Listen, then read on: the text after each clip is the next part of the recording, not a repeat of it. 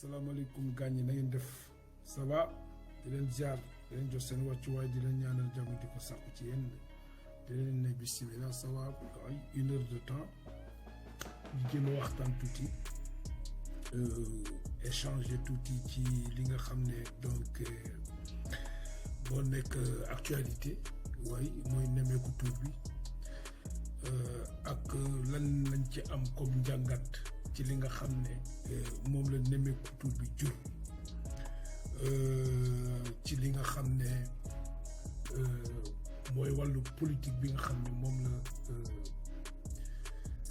Pastef ak son président déroulé actuellement donc ñi koy rafetlu di sant Sénégalais yi di leen ñaanal jàmm di ko sàkku ci yéen waaye balaa ñuy commencé xam ngeen ni mbokk yi quelque part en Afrique ci réew bi ñuy wax Tchad am na lu fi xew loo xam ne rafetluñu ko te suñu mbokk lañu suñu nit lañu ñu bokk lépp mu am ay ndaw yu jënn di xeex pour souveraineté Tchad pour jéem a moom seen bopp mën a libérer seen dëkk parce que xam ngeen ni Tchad aussi fait partie des pays yi nga xam ne France daf ci langaamu mooy ci wàllu politique comme France Afrique mais ngeen gis ni y a des morts am na sañu naan ñii dee mat na 150 je ne sais pas gis naa ñi mais on s'incline sur donc la mémoire de tous ceux qui sont tombés sur le terrain pour défendre la souveraineté de leur pays le Tchad ñëpp ñu foog seen bakkan rek ñu ngi leen di jaale seeni waajur di leen masawu di leen ñaanal jàmm di ñaan yàlla ñi nga xam ne mooy borom yërmande yàlla na leen yàlla teeru àjjana te li tax seen bakkan rot yàlla bu mu nuy yàlla na Tchad libéré wu moom boppam parce que le seul problème de l'Afrique c'est la France. C'est la France encore qui est à l'origine de tout ce chaos aujourd'hui. C'est pour cela les Français ont très tôt se sont justifiés très tôt pour dire que oui, c'est pas leur responsabilité, c'est la responsabilité de la France. C'est la France qui est derrière tout ça. Parce que Koudis, si on se rappelle très bien, depuis que Idriss Déby a été assassiné, il est mort, son fils. Tout de suite, au moment où ils devront faire les obsèques d'Idriss Déby, Macron était là-bas. C'est Macron qui a imposé le fils d'Idriss Déby. Macron, mon sang pour dormir, Idriss Déby. Discours Boum Fadef, le discours qu'il a tenu a été clair. Ils ne laisseront personne perturber leur projet, la France-Afrique au Tchad. C'est-à-dire, c'est la France qui est derrière tout cet assassinat-là. Voilà, c'est la France qui est derrière tous ces assassinats au Tchad. Donc la France ne peut pas tout de suite sortir pour dire que oui, notre responsabilité n'est pas engagée. C'est pas vrai. C'est aujourd'hui le fils de Déby là, il est devenu une télévision. C'est Macron qui a la commande. C'est Macron, lui aussi, il est devenu une pourriture comme tous ces autres présidents africains là. Cette bande de connards qui sont des pourritures là. Voilà. Donc c'est pour cela ils ont assassiné des jeunes comme ça, hein, qui n'ont rien fait. Ceux qui sont tombés, ils ont le droit de revendiquer le droit donc de la souveraineté. Merci beaucoup.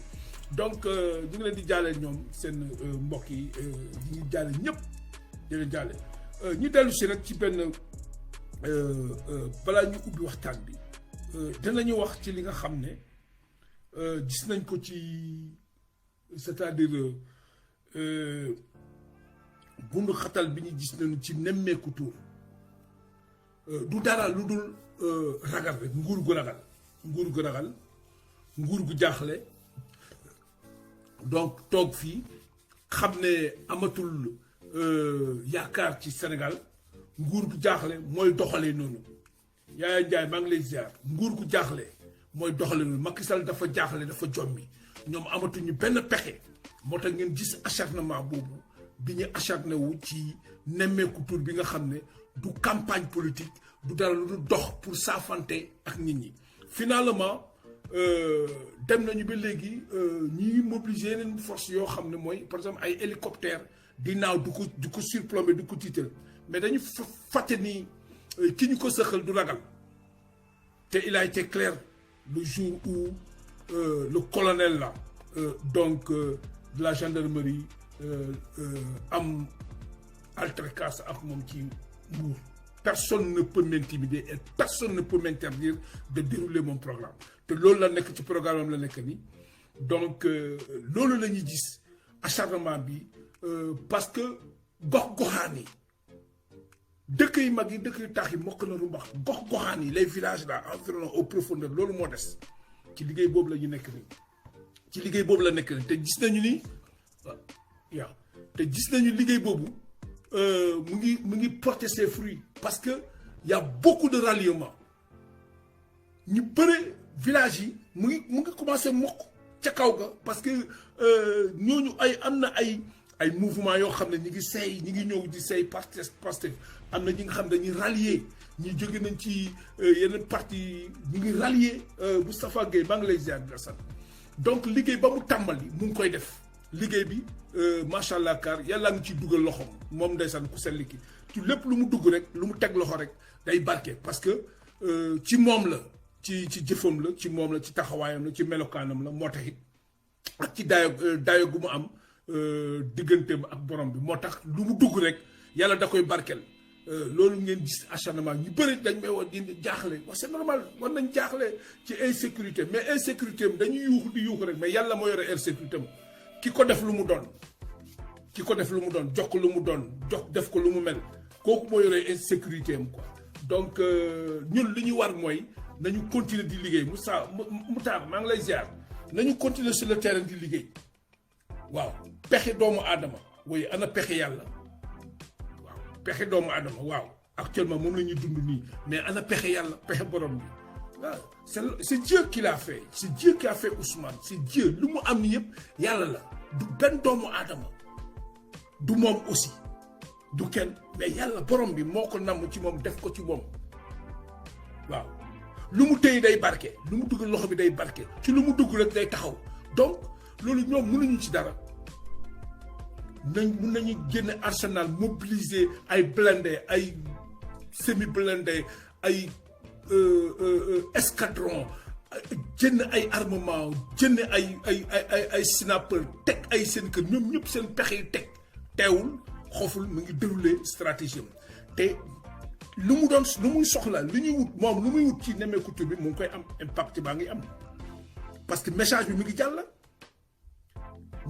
ña ko doon gis ci télé yi te teguñu ko bët teg nañ ko bët ñi bëre dëgg nañu message bi même buñ ko gisulee ànd nañ ci parce que ñamu fekki ñooñu ñu ngi tas message bi mu ngi dem gis ngeen aussi ay mouvement politique yoo xam ne dañuy rallier ñii dañu ñëw seey ci biir Pastef seey complètement joxe seen aval dañuy seey respecter charte parti bi dañ ngeen ko moom taxaw na wax nee na parti bi moom moomu ko sosul parti bi sénégalais ñoo ko moom ah donc ñëpp ñoo ko moom ak sénégalais kii ñëw tey ak kii ñëw dëmba ñoo am ci parti bi donc liggéey boobu message bi mi ngi jàll sénégalais yi nga xam ne fa nga xam ne jotu fa egg actuellement ñu ngi koy yóbbu message bi donc loolu moo am lu am solo loolu li ngay gis noonu muy def noonu loolu la Macky Sall ragal ak régime bi loolu moo la ñu ragal loolu mooy seen problème alors moo tax du ñu neutraliser ñoom Malick Gakou ak ñeneen déedéet parce que Macky Sall xam na ni moom Macky Sall il a très tôt compris que ku koy wuti ci toogu bi mooy Ousmane incha allah moom moo koy wuti ci toogu bi donc pexe bu mu mënta def dina ko def pour jéem koo gàllankoor loolu nga gis time le général Kébé nga xam ne moom mooy de sécurité moom la ñu nommé actuellement chargé de la sécurité et stratégie du sécuritaire ci Pastef ci bureau cabinet président Ousmane Sonko bi mais gis ngeen lu mu posté ni au moment où mu muy def yooyu actuellement des forces de sécurité ñi ngi jënd ci ay régions di rallier Dakar attention au 29 au 30 octobre waaw loolu yëpp procès waaw procès pour procès kan procès avec qui parce que si c'est le dossier de Adji Sarr amul procès amul leneen luñ ci wax le dossier de Adji Sarr bu dee boobu la amul leneen luñ ci wax lu dul non-lieu sans suite parce que mënuñu fa amul benn juge ci àdduna bi wala ci biir Sénégal bu am maqaama condamné Ousmane ci dossier bu salté boobu parce que même Macky Sall mus na jëngu ci ñoom ci palais bi saaga seen ndey ñoom ba mu ne la ñoom ñoo ko ñu nañ ko gérer seen bopp. Ok, donc le dossier là c'est pas un dossier boo xam ne mun na empêcher Ousmane Sonko. Deuxièmement amul leneen li nga xam ne li si gën a am solo te mu nga xam ne moo gën a am solo ci coow loolu mooy certificat médical bi confirmé na ba pare donc y a pas de problème. Donc ñoom la stratégie de Macky Sall le ralliement de toutes ces forces là jëlee leen ci région yi ci dëkk-dëkk yi pour ñu rallier Dakar ci kaw ñoom dañu war a convoquer Ousmane ci kaw ñoom dañu war a bunkeriser Dakar dañu ko war a sécuriser mais convoquer Ousmane lan moo ci andi tout ce ralliement de toutes ces forces là bu fekkente ne convocation rek la da nga koy convoquer mu jóg dem tranquillement ñi bàyyi ko tranquillement duñ ko wax fii ngay jaar fële ngay jaar parce que moom Macky Sall ba ko Ablaye Wade wooyee Ablaye Wade waxu ko fii ngay jaar fële ngay jaar daf ko bàyyi ci sagom Macky Sall dem ànd ak ay nitam ñu gunjee ko Idrissa Seck noonu donc Ousmane buñ ko convoqué dañ koy bàyyi tout tranquille mu dox doxam mu dem wuyu leen ak ay avocat léegi bu fekkente ni moom Omar Maham Diallo moom dafay xool dossier bi ci digganteem ak yàlla digganteem ak bàmmeelam bu dee Omar Maham Diallo Ousmane Maham Diallo xaw ma dafay xool dossier bi ci digganteem ak yàlla ak digganteem ak bàmmeelam ak xulaay taalaam te xam ne ëllëg day dee non-lieu moo fa nekk ak classé ko sans suite moom Omar Maham Diallo ak chaque fois sama live bële jënd naa wax ak moom maa ngi jënnaat wax ak moom au moment où je vous parle maa ngi def ay enquête xaw ma ndax mu ngi Sénégal xaw ma ndax dem na Inde di wuti mais je lui ai averti ma ne ko c'est pas l'appel muy dem Inde di wuti ay luxuskat munul dara borom kun fayu borom kun moo mun borom kano amul bu dee pour luxus la rek fii la fekkee baax bu dee pour xarfa fu fa fii la fekkee baax du ay indien ñoo ñuy jommal déedéet donc c'est pas l'appel Badara Sow maa ngi lay nuyu Coro Combaan maa ngi lay nuyu di la ziar merci sister na nga def maa ngi lay ziar donc Omar Maham Ba c'est pas l'appel jarul muy sonn ñoom seen gàngoon nan dañuy dem indi déedéet fii ñun fii la ñuy toog moom ak magicien am ak luxusam yi ak ñoom ñu ñëw egg si fii ñu duma leen ci li ñu yor suñu bopp man du ma waxantu te la ma leen mus a wax yëpp yàgg naa ko wax du nombre de vie moo intéressant mais man la may wax na gars yi bàyyi xel ci li may wax man du ma yàlla du ma yónni xaw ma dara mais la gars yi bàyyi xel ci lu ma lay wax fii laa njëkk a jënd ma leen Moussa Fall dafa feebar général Moussa Fall fii ci réseaux sociaux je suis le premier du ko jëndee waaw te ma ko ciy tegalaat beneen bu ndaw bu sew na def testament il n'a qu'à faire son testament parce que dinañu egg fi nga xam ne l'islam dañ koy simi sànni fële mbubu bi ñu teg ko fële yàlla la fu ñuy baal ñi xeex ak ñoom ba pare après bu ñu paree ñi jël suñu mbubu l'islam solaat ko dellu si diine bi defe naa yàlla yërëmande bi weesu na foofu dinañu jëggal mais actuellement c'est pas la peine parce que bu dee dossier boobu rek set na wicc amul leneen te ñoom ils sont dans la dynamique de la constitution de dossier intéressé wuñu ñoom la intéressé ñun lu ñuy intéressé mooy la ñu Ousmane Sonko wax focus 2024 dem leen wuti carte d'identité xale yi jàppale leen jeunesse bi ñu am carte d'identité message bu muy véhiculer fexe leen mu egg ci kaw ga ci kaw ga dans les ci kaw ga moo tax lan ngeen gis actuellement message bu muy véhiculer mu ngi porter son coup c'est-à-dire ñi nga am des résultats escomptés mu ngi koy am parce que loolu la ñoom loolu la ñu bañ Macky Sall loolu moo tere Macky Sall nelaw Macky Sall parce que dem nañu ba ñoom xam nañu ñoom APR benn bokk yaakaar ils peuvent pas travailler sur le terrain actuellement dañu am problème parce que mënuñu liggéey fépp fu ñu jublu Ousmane lañ koy wax non ñun Pastef lañ fi nekkal Ousmane point barre Loolu mooy seen problème, ils ne parviennent pas à travailler. Ils ont des problèmes parce qu'ils ne parviennent pas à déployer leur stratégie sur le terrain. Parce que Ousmane Sonko et Pastef dañ leen noyé. Ils ont été noyés par les patriotes. Et devant tout ce combat-là, tout ce support de communication-là, ces organes de presse pourris, corrompus, certains organes de presse pourris, corrompus, comme groupe Seneweb qui a organisé hier, c'est dégoûtant. Donc, parce que, à part Clédor et l'autre, là, comment j'appelle le journaliste président, tout le reste, c'est une bande de pourriture, quoi, là, quoi. Voilà. Et derrière, c'est Bougane. Bougane qui est derrière, cet éternel indigné, quoi. Voilà, malhonnête. Voilà. Beydan, là, Khartan. Voilà. Donc, mon ex-Guinao, alors, il fait ces conneries-là. Donc, mais, quand on a ci feebaram boobu ñu avancé. Donc, focalisons-nous sur li nga xam ne mooy 2024. Kon message mi ngi jàll.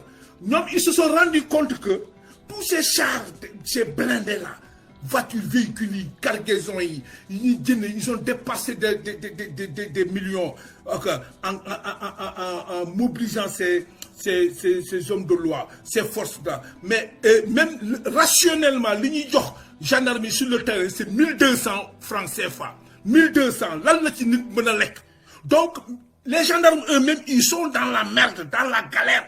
5 jours, nous sommes dañuy seul mu rek duñu am sax brosse ci condition yi métti ki leen ko teg kenn tegu leen ko mais Macky Sall moo leen ko teg ak seen Moussa Fall nga xam ne békki lay doxee léegi attention ñoom nag c'est le moment de faire une récapitulation de leurs responsabilités. Il faut que nous analysions. Nous devons analyser. Il faut que nous ayons une intuition cathétique pour dire que nous avons fait dans le monde waref. Parce que pour que nous ayons waref, nous avons fit. Gor fit. Gor fit. Wow. Yalla nak bo baye yalla fa la nga jël nit tek ko yalla jël seen tek ko yalla dalay baye koku way mu lay toroxal. Lolu mo dal gendarmerie. C'est-à-dire personne de responsabilité de faire partie d'homme Adam. Donc, mission bu muy dérouler ni.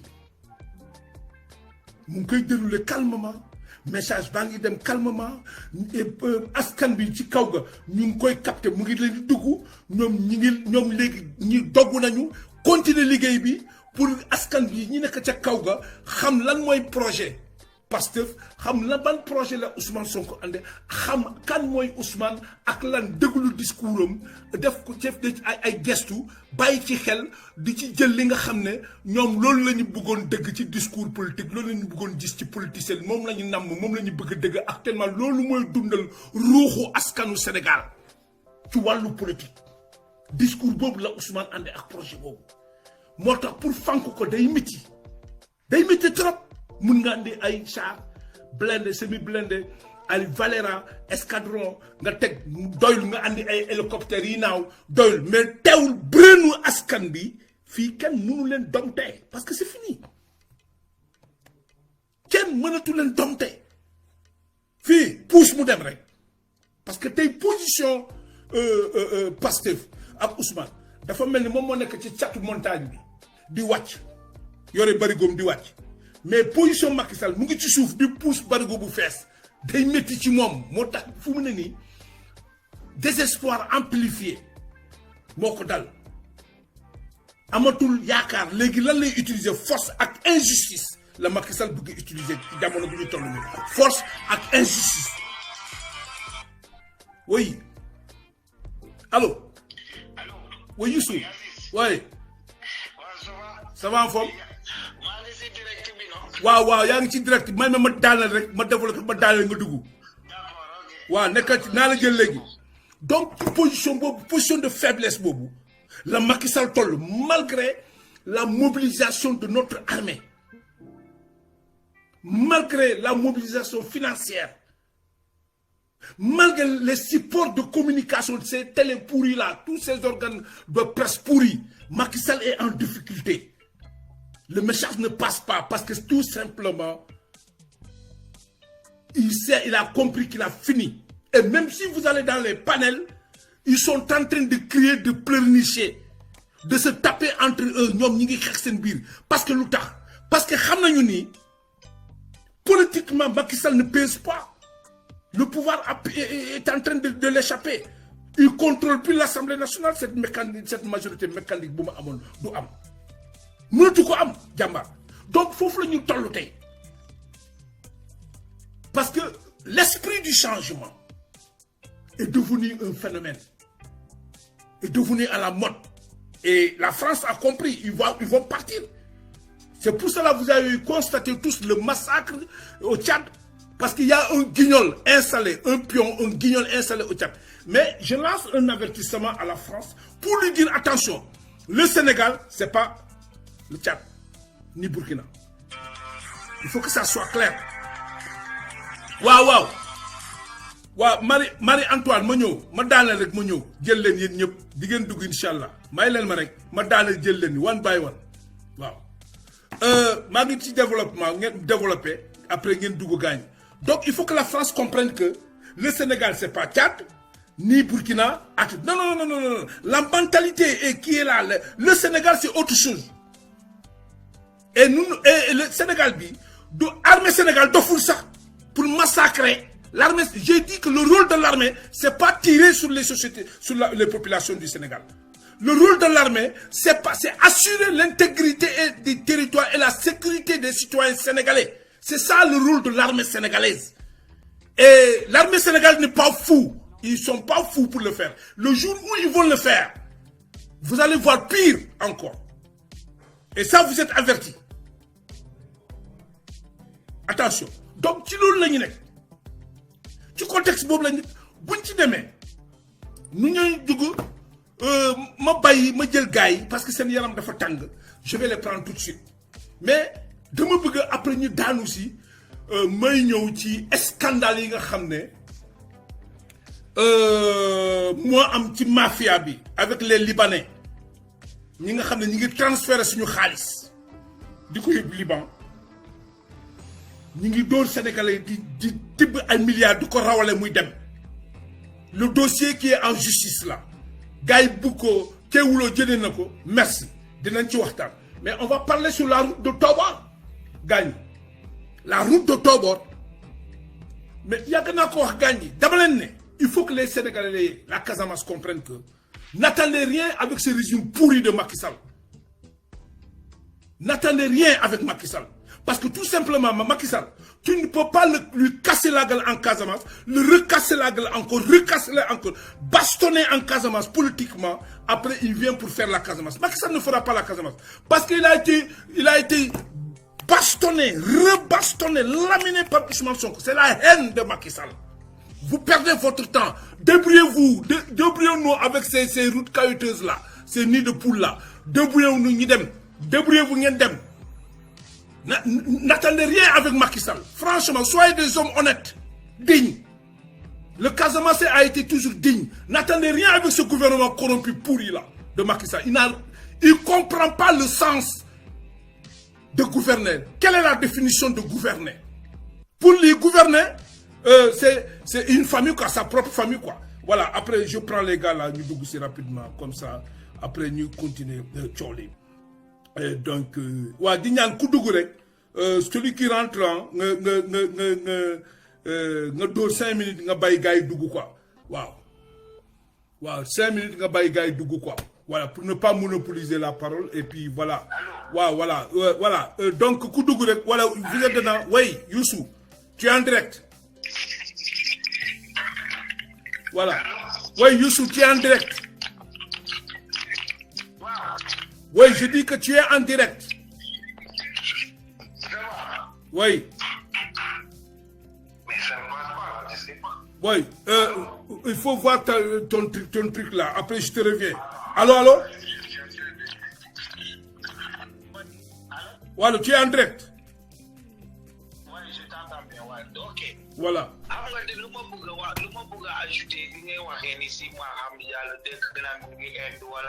Mais il se fatigue. Ouais. Parce que lui, s'il voulait trancher, mais donc on s'attend pour défliguer gars. Ouais. Donc c'est une chose, si c'est vrai, il est parti en Inde là, c'est pourquoi faire. Et puis des sonal beaucoup des mailles comme gars, des mailles sur le Khalis gars, mais vous piétiner le Sénégal, les pays n'a rien compris comme les gars dit. Mais ils savent que le dossier d'Adjissar est vide. Maintenant, ils savent que les nids vont faire des coller son corps appel à l'insurrection, à le meurtre de tout l'eau. Il faut les nids qui veulent c'est l'équipe. Moi, le Sénégalais, ils doivent apparaître parce que nous avons son corps week-end. Et puis il a appelé que la résistance qui est constitutionnelle, c'est la loi du Sénégal, ça fait partie du tout. Donc, nous avons fait une affaire pour tirer l'équipe, pour charger Ousmane Sonko, c'est lui qui a appelé à l'exil, et puis il a appelé à la résistance. Donc, les Sénégalais, déjà, nous paraît pour nous le Sénégal doit se lever. Il faut nous défendre. La résistance, ça est dans la constitution sénégalaise, c'est un droit. Mais il laisse ça à côté. Nous appelle à l'insurrection. Comment le gouvernement tchad nous fait c'est pour cela que pour nous que nous, ta parole là vraiment me plaît beaucoup. Pour nous que le Sénégal n'est pas le Tchad. Non, le Sénégal n'est pas le Tchad. Nous, c'est la résistance et ça va continuer et nous allons continuer à appeler à la résistance parce que c'est une loi votée qui est dans la constitution sénégalaise. Et si ce qui est malheureux, j'ai vu que maintenant c'est l'armée française côté pour je ne sais pas Ousmane Sonko est en train de se tourner, il se présente dans ces jours de la joie, je ne sais pas quoi. Qu'est-ce qu'il cherche là? Oui, si jamais l'armée française se mêle dans les problèmes internes du Sénégal, le jour-là, ils vont quitter. Ils vont quitter. Ou bien ils vont tuer les Sénégalais. Même si le peuple ils auront fait parce que c'est ça que le Burkinabé les a dit. Les Français qui seront. L'armée française. Ils ont lancé l'appel, ils ont dit si vous intervenez, votre peuple qui est là, on va tous les non, mais c'est ce que je dis. Si jamais l'armée française intervient au Sénégal pour massacrer le peuple sénégalais, tous les Français qui seront au Sénégal feront l'objet de ciblage. Nous allons cibler tous ces Français-là dans le pays. Parce que c'est là où ils nous poussent vers, parce qu'on n'avait pas affaire avec le peuple français. Mais comme ils veulent intervenir maintenant dans les affaires intérieures de nos États. Parce que Macky Sall qui sait que la gendarmerie, la police, comme tu dis, l'armée, il y a quelques-uns qui vont faire son boulot, mais ce n'est pas notre armée professionnelle. On connaît, ils font partie du peuple. Je ne crois pas à ça jusqu'à la preuve contraire.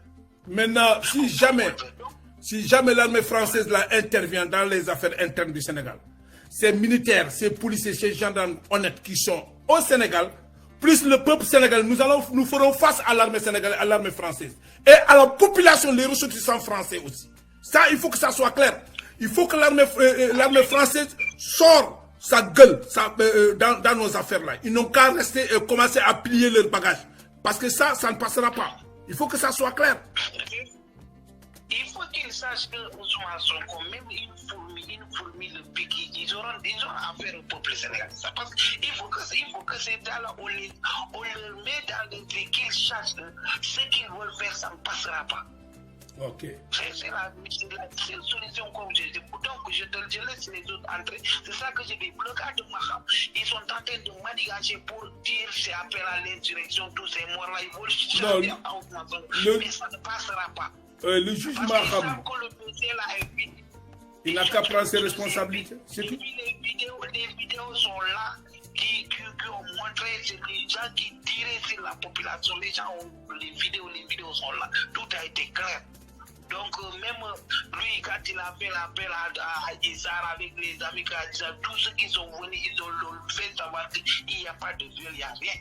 C'est des mensonges pires, c'est des complots d'État. Donc ça ne passera pas.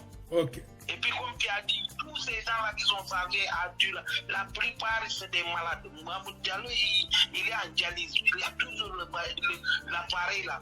Le général Fall, lui, il reste peu de temps. Parce que ces gens-là, ce qu'ils veulent faire aux Sénégalais, ça ne passera pas. Voilà. Donc, il faut qu'ils le sachent. Ok. Allez, d'accord. Ok, Youssouf. Voilà.